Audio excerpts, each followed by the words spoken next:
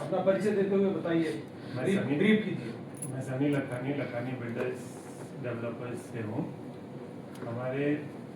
हमने एक FIR की है हमारे साथ जो चीटिंग हुई है उसके लिए, तो उसी की जानकारी देने के लिए मैं आया हूँ आपको। हमने 2005 में CBD बेलापुर में प्लॉट नंबर 68 सेक्टर 11 में एक हिंदुस्तान बिल्डर नामक कंपनी से 51,000 स्क्वायर फीट माल खरीदा था। 1,02,000 फुट बिल्डिंग में लगभग 50% शेयर खरीद लिया था। बट उन्होंने कभी वो बिल्डिंग कंप्लीट नहीं की, बिल्डिंग को आधी अधूरी छोड़ दी, कुछ ना कुछ रीज़न देते रहे। बट इवेंचुअली हमने उनके खिलाफ केस भी की। उन्होंने बाकी लोग जिनको माल बेचा था उन्होंने उसके खिलाफ FIR भी की है, वो भी कॉपी आपके सामने है। तो जंग चली रही थी, उसके बीच में अभी हमें मालूम पड़ा कि वो लोग वो प्लॉट बेच के निकल गए हैं कामधेनु बिल्डर को।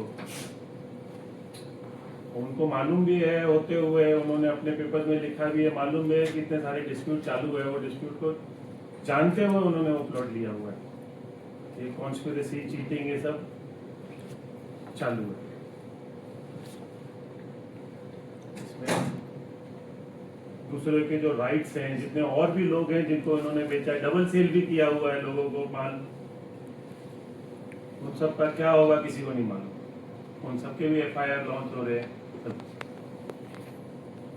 जो मुख्य लोग हैं जिन्होंने इस प्रॉपर्टी को आपको बेचा था, वो कौन लोग हैं? 6 पार्टीज इन्वॉल्व हैं। पहले जो 5 थे और अभी जो कामधेनु सर सब लोग करके आए हैं, उन्होंने लिए हैं। बाबूलाल शाह जो पहले कंपनी के जो ओनर्स थे, वो बाबूलाल शाह, पीयूष नाटा, मोतीलाल जैन, पारसमल गुलेचा, पृथ्वीराज गुलेचा, ये सब थे। अब ये सब उनको बेच के वो लोग अपने पैसे लेके सब निकल गए। बाकी जो परचेजर है उनका क्या होगा वो किसी को नहीं मालूम। सर, इस मामले में कितनी रकम की धोखाधड़ी होने की आरोप लगाया गया है? आज से 1993 से लोग माल बेच रहे थे, 2005 तक तो तभी वो वैल्यू उस चीज़ की बहुत कम हुआ करती थी। तब जो रेट थे और आज रेट थे, आज अगर 51,000 स्क्वायर फीट माल की वैल्यू तब थी 3-3.5 करोड़ रुपए, आज उस माल की वैल्यू है 200 करोड़ रुपए, 250 करोड़ रुपए वैल्यू है। तो इवेंचुअली वो अगर आप देखेंगे, उन्होंने वहाँ बिल्डिंग भी तोड़ दी है। जो पहले लोगों की बिल्डिंग बनी हुई थी, आज बिल्डिंग भी तोड़ दी। उन्होंने बोला तोड़ दो, ना प्रॉपर्टी रहेगी ना राइट रहेगा किसी का। सर, ये पहला एग्रीमेंट जो हुआ था वो कभी कौन से साल में? तो इन्होंने माल बेचना चालू किया 1993 से, आज तक उनको मिला नहीं है माल। सबके केसेस भी चालू हैं। बट ये नहीं है कि वो लोग मानते हैं कि हाँ हमको पैसा मिला, हमने MOU सबको दिया, बट किसी का कोई वो नहीं है, सुनवाई नहीं है। सर, बोले कोर्ट बोलेगा तो हम देंगे, वरना हम नहीं देंगे। कोई कॉन्शियस नहीं है किसी का। इसमें जो आपका इसमें लिखा है FIR में जो 1.40 करोड़ और 1.35 करोड़ का जो फ्रॉड हुआ है, उसका कुछ चेक या सब बैंक चेक से डिटेल्स पैसे हैं, बैंक में पैसे गए हैं, पेपर वर्क हैं, सब पार्टनर के साइन है, वो पेपर आपके पास? सब है। तभी पुलिस ने उस पर पूरी इंक्वायरी करके ही FIR की है। लेकिन 2005 से अभी क्यों इसका FIR हुआ? इतने साल के आप इतने साल पुलिस को कंटिन्यूस कंप्लेंट जाती गई है, बट किसी ने एविडेंस नहीं दिया। उस चीज़ को फ्रॉड करके लिया ही नहीं कि भाई ठीक है। वो लोग जब भी हम लोग कंप्लेन करते हैं, वो लोग आते हैं, बैठते नहीं, हम करके देते हैं, आप मत करो। हम लोग बिजनेसमैन हैं, हमें कोई झगड़ा करने से किसी को फायदा नहीं होना है।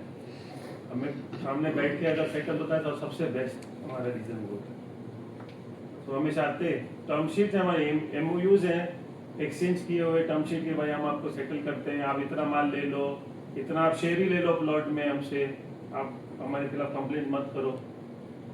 आप जैसे बहुत बड़े जैसे बिल्डर, आपके बहुत अच्छे लीगल टीम रहती है, आपके साथ ऐसी प्रकार की जो धोखाधड़ी हो रही है, आम आदमी किसी ने माल खरीदा, उसको आपको नहीं देना तो कोई भी कर सकता है। उससे कोई कितना भी बड़ा आदमी हो, उससे कोई फर्क नहीं पड़ता है। अगर मेरे को आपसे फ्लैट लेना है, मैंने आपको पैसे दिए, आपको नहीं बेचना, आप बोल दोगे नहीं बेचना है। सर, ये फ्रॉड हो रहा है, आपको कभी पता चला इसका मतलब प्रोसेस? 2019-20 में से वो लोग मार्केट में बेचने की कोशिश कर रहे थे, तब से मैंने उनके खिलाफ चल रहा है।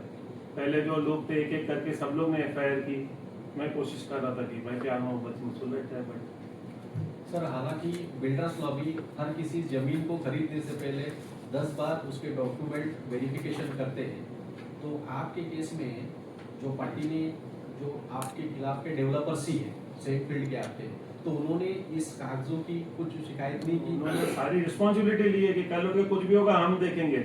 उन डेवलपर जो बाकी पार्टनर्स थे उनको निकाला और वहाँ लिख के लिया है, राइटिंग में रजिस्टर्ड डॉक्यूमेंट में लिख के दिया है और उसने कोर्ट में सबमिट भी किया है कि मुझे मालूम है ये सब डिस्प्यूट चालू है फिर भी मैं खरीदूंगा।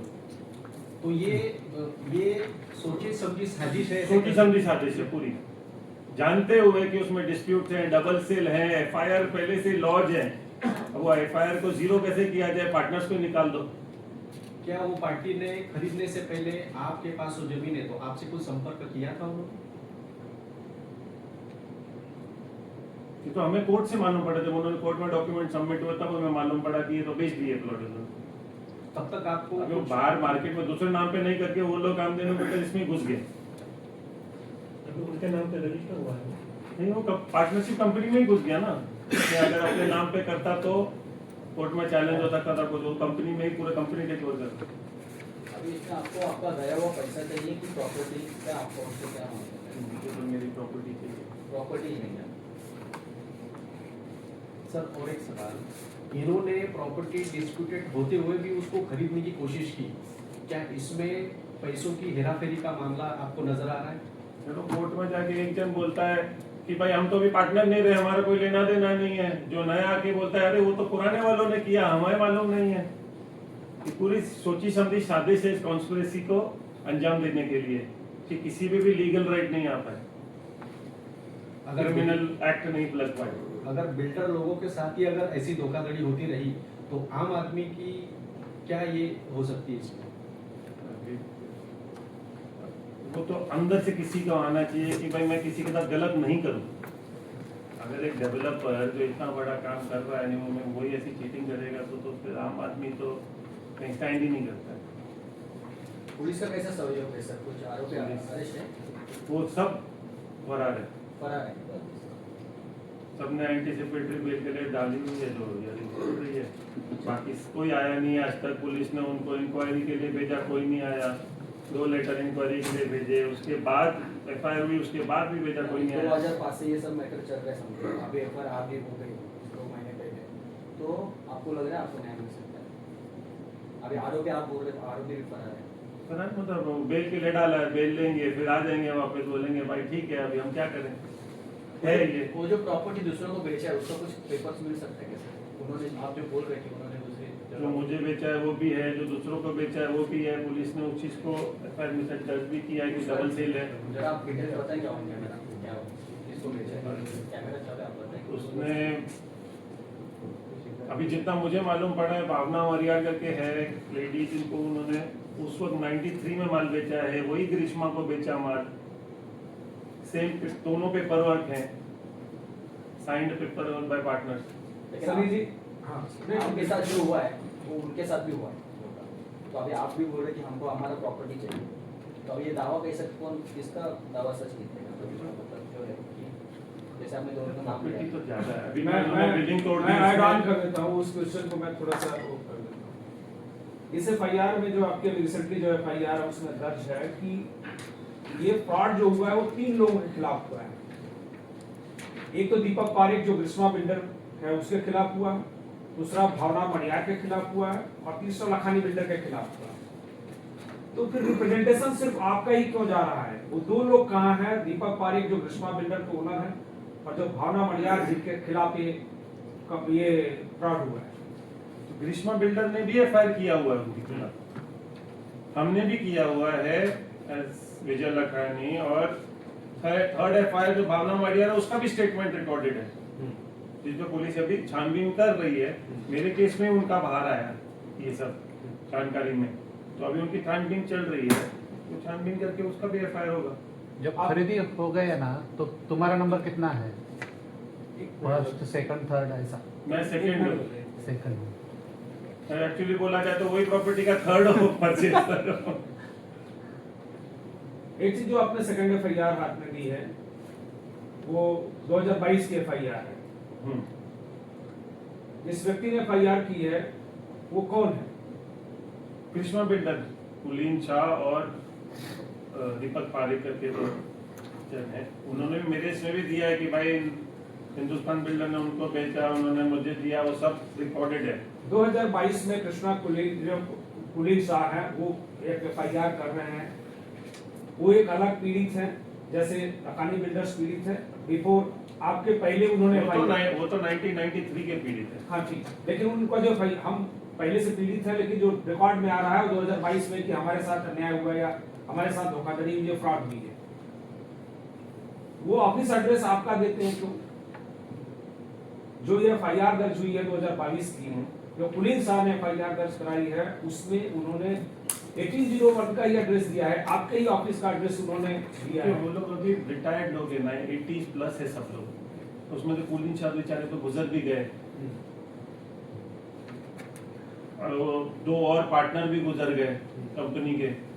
तो इवेंचुअली ये 35 साल से चल रहा है, बट अभी तक आज तक कुछ हुआ नहीं, किसी को कोई इंसाफ नहीं मिल पाया है। नहीं, ये एक इंफॉर्मेशन जो बाहर आई है इस पूरे मामले को लेकर कि खुद लखानी बिल्डर्स ने ही इसमें लिटिगेशन ऐसा पैदा कर दिया जिसकी वजह से प्रॉपर्टी को दूसरे को बेचना पड़ा। और जो ये कुलीन शाह का ऑलरेडी FIR है, उसका ऑफिस एड्रेस दिया जा रहा है कि ये स्वयं विजय लखानी जी ने ही FIR करवाया।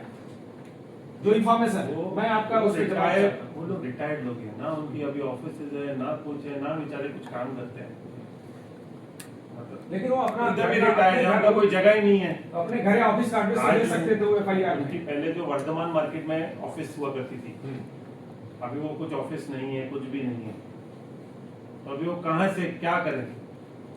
नहीं चलिए, मैं आपसे ये जवाब चाह रहा हूँ कि जो ये आरोप लग रहे हैं कि लखानी बिल्डर्स ने स्वयं ही इसमें लिटिगेशन पैदा किया ताकि ये प्रॉपर्टी डिस्प्यूटेड हो जाए, और उससे परेशान होकर हमने इस प्रॉपर्टी को थर्ड बिल्डर के बेट के हवाले कर दिया, कारण सब लोग क्या जो भी कामधेनु बिल्डर्स है। और जो ऑफिस एड्रेस दिया गया है आपका उस पर्टिकुलर कुलीन शाह का, वो उसको दिखा रहे हैं कि ये इस बात का संकेत है कि किस तरह से इसको एक कॉन्स्पिरेसी की गई। मैं आपका जवाब चाहता हूं कि ये क्या है, इसका सच क्या है? तो वो मेरे ग्रीष्मा बिल्डर 1993 में है, मुझसे बहुत पहले आया हुआ था। मेरे मैं तो सिर्फ 2005 में एंटर हुआ हूँ इस प्रॉपर्टी में, जो मैंने पैसे दिए 2005 में दिए वो हिंदुस्तान बिल्डर को, बट ग्रीष्मा को तो 1993 से उन्होंने फंसाया हुआ है। वही माल जो भावना मरिया को बेचा वही ग्रीष्मा को बेचा, जब भी उनको कभी मालूम नहीं पड़ा आपस में कि उन दोनों को वही माल बेचा हुआ है। वो लोग रिटायर्ड थे, वो लोग ने मुझे माल बेच दिया, आज मैं उनसे डिलीवरी मांग रहा हूँ। वो लोग बोले भाई आपको ऑफिस एड्रेस देनी पड़ेगी, पुलिस ने बोला, दोनों ने बोला इनकी दे दो। आज कोई पीड़ित है मेरे पास मदद बोलता है कि भाई मैं यहाँ नहीं हूँ, कुछ भी रहेगा तो आपका एड्रेस दे दो, मैंने बोला मेरा दे दीजिए, मुझे तो मदद करनी है। मैं तो भावना मडिया भी मेरे पास है, मैंने बोला आप पुलिस कंप्लेन कीजिए, मेरे इसमें स्टेटमेंट दे दीजिए। एक और उसमें जिक्र है कि ये मामला यहाँ से बेलापुर कोर्ट से सीधा हाई कोर्ट में चला गया। ये किसने दर्ज किया था, ये पिटीशन किसने दर्ज किया? बेलापुर कोर्ट में मैं गया, वहां से हमारा हाई कोर्ट आया, हाई कोर्ट से मुझे स्टे मिल गया। स्टे के बाद भी उन्होंने बिल्डिंग तोड़ने की कोशिश की, तो कंटेम्प्ट हुआ बिल्डिंग कि भाई आप स्टे होते हुए तोड़ रहे हो। तब ये लोग NMC को लेकर आए कि भाई बिल्डिंग डिलैपिलेटेड है। आज 40 साल से बिल्डिंग विकेट खड़ी थी, तो वैसे ही मर जाती है बिल्डिंग, तो डिलैपिलेटेड है। डिलैपिलेटेड बिल्डिंग को कोर्ट ने बोला कि हमें रोकना नहीं चाहिए, कभी कोई हादसा हो सकता है, तो आप एक काम करो, आप तोड़ोगे तो इनके राइट चले जाएंगे। तो उन्होंने बोला अगर इनके राइट्स, कोर्ट बोलती है केस में कि इनके राइट्स हैं, तो हम नए वाले बिल्डिंग में इनको माल दे देंगे, जितना माल आया जो भी आया। उस केस में कोर्ट ने बोला इनको तोड़ने दो बिल्डिंग को, नहीं तो बिल्डिंग के टूटने से, कभी गिरने से कोई हादसा ना हो जाए। तब यह हाई कोर्ट से गया था। तो इसका मतलब है कि हाई कोर्ट के परमिशन के बाद वो बिल्डिंग तोड़ी गई है। फिर आपने पहले आरोप लगाया कि ऑलरेडी उन्होंने बिल्डिंग बिना बताए पूरा ध्वस्त कर दिया और राइट्स खत्म हो गए। बिल्डिंग तो हमारे कोर्ट में जाते ही जब तोड़ दी तब हमें मालूम पड़ी। आज तो आप जाके वहाँ कोई खड़ा नहीं होता कि क्या हो रहा है। अगर 25-25 फुट के पत्थरे लगे हैं, अंदर बिल्डिंग टूट रही है, किसी को नहीं मालूम पड़ेगा। और उन्होंने दिन भी वही चुने, 25 दिसंबर से 31 दिसंबर तक, और बिल्डिंग इतनी डिलेबिलिटेड है, एक पिलर को मारोगे तो बिल्डिंग धस जाती है नीचे। ये तो हमें तो किसी से मालूम पड़ा जो सामने रहता है, भाई वो बिल्डिंग तो आपकी टूट रही है। बोले ऐसे कैसे? तो हम वेकेशन कोर्ट में गए, वेकेशन कोर्ट ने भी उनको स्टॉप कर दिया। ये तो इवेंचुअली हियरिंग चलती गई और कोर्ट कभी भी डिलैपिडेटेड बिल्डिंग को नहीं रोक सकती टूटने से। कभी भी कोई मर सकता है, कुछ हादसा हो सकता है। एनएमसी नोटिस भेजती थी उनको, भाई आपकी बिल्डिंग टूट गिर सकती है कभी भी, इसको देखो क्या है। तो अभी कोर्ट का क्या स्टेटस है? कोर्ट में केस चल रहा है, जैसे कोर्ट में चलता है। सिविल केस, क्रिमिनल केस 10 साल चलते हैं, इनका 1 साल 2 साल में तो कभी एंड आता ही नहीं है। अब ऐसे में 2 करोड़ 72 लाख का आपका फ्रॉड और कोर्ट में केस का विचाराधीन होना, न्याय कैसे मिलेगा? या तो उनका कॉन्शियस जागे, या तो कोर्ट डिसीजन। आप क्या चाह रहे हैं अभी? आपकी डिमांड क्या है? मेरा डिमांड क्या 50% है, मेरा 50% मुझे चाहिए। मेरा और कोई डिमांड नहीं, मेरा किसी से कोई बहस नहीं। प्रॉपर्टी आज 1,02,000 फुट की बिल्डिंग है, मेरा 51,000 है ऑन पेपर है, मुझे वही चाहिए 50%। मुझे किसी से कोई बहस नहीं है भाई। आप क्या पुलिस की भूमिका से संतुष्ट हैं? पुलिस कर रही है अपना काम जैसे होता है। नहीं, आपने पहले अपने बयान में कहा कि ऑलरेडी सारे जितने बिल्डर्स हैं जिनका भी आरोप में नाम है, इवन करण सब लोग भी यहाँ से फरार हैं। एज पर द पुलिस आपका कहना, उन्होंने अभी कोर्ट में डाला है, कोर्ट में एंटीसिपेटरी में एंट्रेंस से एक ही जन को मिली है, बाकी सब फरार है। आज तक आए नहीं है कोई भी पुलिस में। तो क्या आपकी ये डिमांड है क्या कि सबको पहले गिरफ्तार किया जाए, उसके बाद आप काम किया जाए? मुझे मेरा न्याय चाहिए। वो police is the right authority to decide कैसे क्या करना है उनका काम। सर एक सवाल मेरा ऐसा ना है, वो मेरे हिसाब से चलेंगे, ना वो तो अपने हिसाब से ही चलते हैं। अन्य बिल्डर को ऐसा धोखाधड़ी ना हो, इसके लिए अन्य बिल्डर को क्या सलाह देंगे आप, क्या बताएंगे? और अपने फ्रेटर्निटी में लोगों को ये सब नहीं करना चाहिए। लेकिन आपस में तो सबको एक बन के रहना चाहिए। एक दूसरे की चीज़ों में जाएंगे, ऐसे सब काम करेंगे तो इसमें पूरी फ्रेटर्निटी का नाम खराब होता है। इसमें भी एक का नाम नहीं होता है, सबका नाम खराब होता है।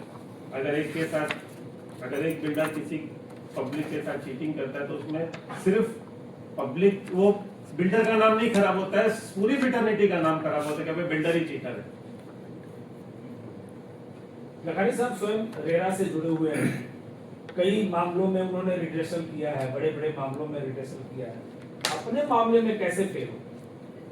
तो दोनों पार्टीज करने के लिए आगे आते हैं, विलफुली आते हैं सेटल करने के लिए। आप एक जन नहीं करना चाहेगा, एक करना चाहेगा, तो आप किसी को फोर्स नहीं कर सकते। रेरा में भी वो कंसिलेटर हैं, वो लोग दोनों पार्टीज को प्रॉन्स एंड कॉन बताते हैं, उनको समझाते हैं कि भाई ये मामला झगड़ा करने से कोई चीज़ सुलझती नहीं है, उसको खत्म करने से ही उसका फायदा होता है। सर ये प्रेस कॉन्फ्रेंस आज आपने दी है, इसका मेन उद्देश्य क्या है? एक तो कारण ऐसा हो सकता है कि पुलिस आपको मदद नहीं कर रही है, आपका विश्वास नहीं है ये पूरे सिस्टम पब्लिक में ये पता रहना चाहिए कि क्या लोगों के साथ गलत हो रहा है। तो मैं न्याय से मतलब मुझे आपको आपका 50% चाहिए। मेरे को मेरा माल चाहिए, उससे और कुछ मेरे को किसी से वो उम्मीद है। जो हुई है वो आपके सामने है, ऑन पेपर है। कोई ऐसा नहीं है कि मैं ऐसी चीज बोल रहा हूँ जो मेरे पास नहीं है पेपर। आपको बस आपका व्यवहार से मतलब और किसी के साथ नहीं हो। आपको लगता है कि ये जितने अभी बिल्डर जो बड़े जितने भी सक्रिय बिल्डर हैं, बीएनएम है, क्रेडाई है, एमसीएचआई है, तमाम ऑर्गेनाइजेशन है और सभी ऑर्गेनाइजेशंस में ये बड़े रेपुटेड बिल्डर्स हैं, क्या इन ऑर्गेनाइजेशन से कोई आपको मदद मिल रही है रिड्रेसल में या इसके समाधान में? ऐसा ना किसी को अप्रोच किया गया, ना उम्मीद रखी थी। ऐसे मामले लगातार बढ़ रहे हैं, आपस में बड़े बिल्डर ही एक दूसरे बिल्डर को कर्टेल करने की कोशिश कर रहे हैं, आपको भी ऐसा दिख रहा है? सबसे हर जगह ऐसा चल रहा है। आज रेस लगी पड़ी है हर जगह। ये ऐसा नहीं है, समुद्र का पानी बहुत है, आप पूरा पानी नहीं पी सकते हो। एटलीस्ट एक साथ बढ़ के एक दूसरे को बढ़ा सकते हो। आज हम सबको एक दूसरे को साथ में लेके चलेंगे तब मार्केट बड़ी होती है। एक दूसरे को काटेंगे तो उससे नहीं होता। तो इसका डर उनको भी होना चाहिए। चलो बाइट एक सेकंड